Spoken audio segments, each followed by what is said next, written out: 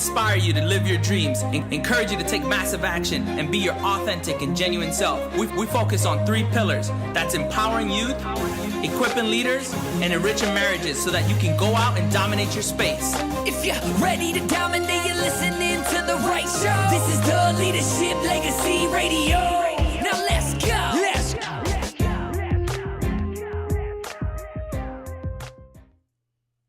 Hey, it's that time of the day. It's time to elevate your business in 10. Now, it's your favorite time of the day, my favorite time of the day. Let's do it. Let's get right into it. I get so excited and fired up about, just sharing the things that I'm learning, the things that I've learned, the things that I've gone through, because I feel like it's been, one, good to just go back and just really understand what was I going through, what was I experiencing, and how did I deal with it? How could I have dealt with it better? And for me, one of the things that I realize is it's gotten me to the place that I've gotten to today, and it's helped me develop and become the person that I am today, which is important because I think oftentimes we don't realize how far we've come unless we look back. And that's the only time that I truly want you to look back, to see how far you've come, because that's encouraging, that's inspiring. How far have you gone? How far have you, developed? And oftentimes we don't realize that every day we're getting better if we choose to. So I want to share about my journey. And when I first started my career, it was just really, it was really interesting because I had gone from running a multi-million-dollar aircraft, a large team of about 20 people, 3 different shifts, and we were just going back and forth. And I had really loved the job, but I felt like I wasn't truly living my purpose. And so I had, at that point in my career transition, I was trying to look for, as I look back, I was trying to look for significance, really is what I was looking for. I was trying to make a bigger impact. I was trying to make a truly significant imprint in the lives of others. And so as I transitioned from this high pace, high tempo position, I went into a medical position, and I had a small team, but I had a very diverse team. And what was interesting is that looking back, I just wish I would have done things a little bit differently. But as I was in that situation, we had several customers coming up to the front desk, and I had one particular individual that was new, not only to the environment, but they were new to a professional environment. They were new to dealing with people, and they made a comment that was perceived as very disrespectful. And so what I wanted to do is I wanted to take the opportunity to address that situation right in the moment. I wanted to make sure that too much time didn't pass, because what tends to happen is we tend to often look at things and go, I'll address it later, and then maybe never address it, or by the time you address it, the people don't even remember what you're talking about. So what I chose to do in that moment is I wanted to address the problem, right? And one of the things that I learned is that you wanna address the problem, not necessarily, make sure that the person understands that you don't approve of the situation or the thing that happened, but you do approve of them. You are a great person. This is a one-time instance or a one-time event.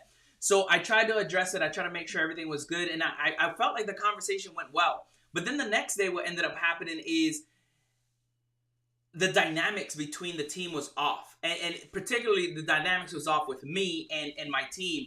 And so I started kind of asking questions, and they were like, yeah, so-and-so is acting a certain way. And so I went ahead and again, I addressed the issue, but this time I realized that they wanted to be almost like confrontational. Now, from where they were, it was okay to, talk to people and do it right there in the open. And it was because it was perceived as you're hiding something if you went behind closed doors. Now, in that instance, I could have instantly just went, listen, you got to get it together. This is how we do things here. This is how things are done. But I decided that it was more important that I connected with that individual, that I understood where they were coming from, that I understand their perspective, because that's what truly matters. Whether you meant something or not, it's how it's perceived, right?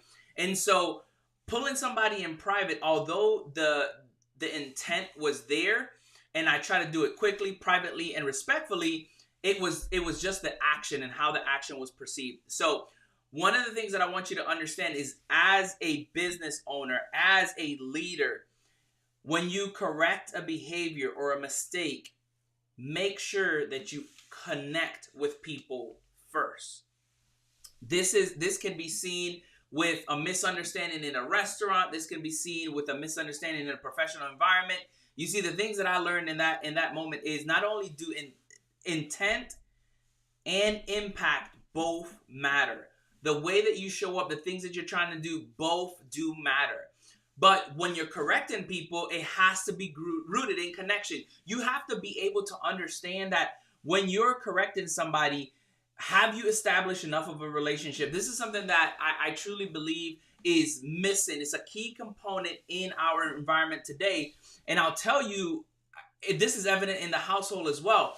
I know for a fact that when parents go to correct their kids, they believe that I am a parent. I have established myself. I can tell you these things, but your child wants to also know that you love them, that you appreciate them, that you value them as an individual. And what I will tell you is, oftentimes these relationships are foundational to how you show up and treat people outside of the home, on the job, in the business, and how you show up as a leader. So for me, I was trying a lot of these things at the home so that I could become better when it was time to show up intentionally in public, right?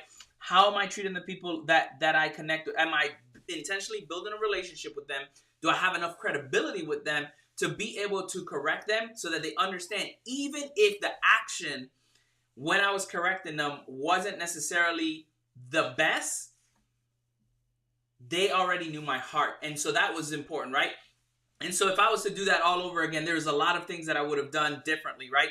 First, I would have understood every person that I worked with. I would have understood their, background, what they were used to, different things like that. I would ask them, different things. I would also tie, and this is really powerful, I would make sure that they understood my role as a leader and then their role as a, as a teammate, right?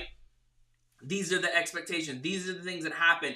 Here is what we are striving for as an organization. And then that way they know that every time I address a behavior or I have something that I'm doing, that it's tied to the vision, the mission, and the goals, our values.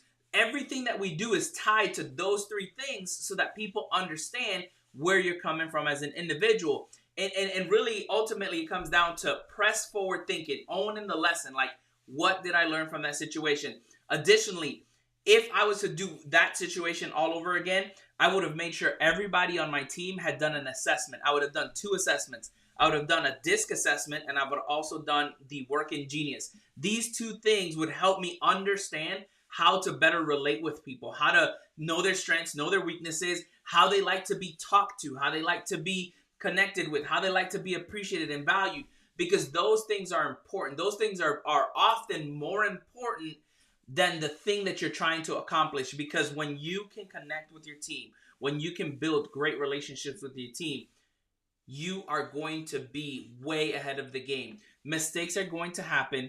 Great leaders don't shift blame. They own it. They own the opportunity. They grow. They adapt. They strengthen themselves. They strengthen their teams, and they reflect and they change, right?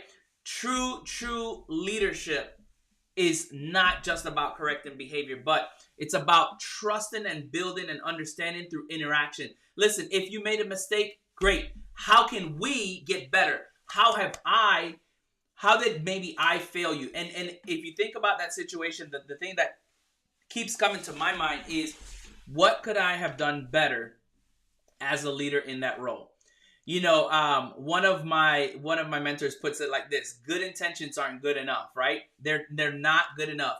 I intended to correct this person the right way, but did you? You intended to do the right things, but did you? You intended to call somebody, but did you? Make sure that you understand that, because true intentionality requires us to be mindful, to make sure that the way that we do something, it's perceived the right way in the eyes of the people that value the most to us. So if you're leading a team, if you're leading a business, if you're running an organization, just know this: If you truly want your organization to want your organization to grow, and as it starts to grow, know that you're going to run into cultural differences, age differences, personality differences, value differences. But it's important that you connect with people, establish what the mission is that you are after, the values that you want for your organizations, and then the vision, the direction that you're going. When you do these things and you communicate that with people, what tends to happen is every time a decision is made, people can go back and look at where you're going, what the mission is, and what the values of that organization is. These things will help when making decisions and continue to move forward in the right way, drumming to the right beat of the drum, moving as you connect and build dynamic relationships moving forward. I want you to use press forward thinking because that's critical as you build your success. As always, I want you to go out and dominate your space.